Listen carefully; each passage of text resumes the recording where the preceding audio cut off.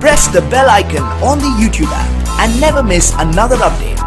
Yugita Lamay there at the Detroit Auto Show. Israeli Prime Minister Benjamin Netanyahu is on a 6-day India tour aimed at deepening trade and defense ties between the two countries. He's being accompanied by the largest business delegation that has ever accompanied an Israeli premier on an overseas tour.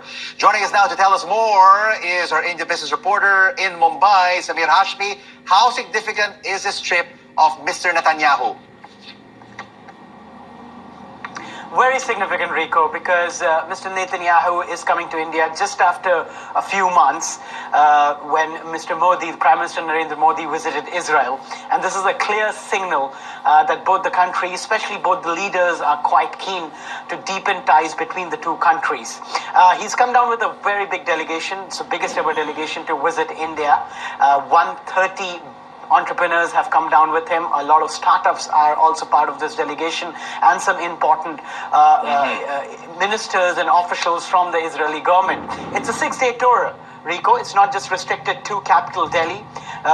Mr. Netanyahu will be visiting the hometown of Mr. Modi, Gujarat. He will also be coming to Mumbai after that, where he'll be rubbing shoulders with some celebrities from Bollywood. So clearly it's a very long tour. And the idea is to send a signal that Israel is very keen to deepen ties with India, not just on the economic front, but also on the cultural front. Indeed, this is being billed by both leaders as a new era of cooperation. But what are some of the significant agreements that have been signed between the two countries? So, Rico, last evening, that is on Monday evening, Mr. Modi and Mr. Netanyahu addressed a joint press conference. They announced 9 MOUs which were signed in the space of cybersecurity, homeland security, agriculture, and science and technology. No big deals. We were expecting to hear something on defense because that's at the heart of this partnership.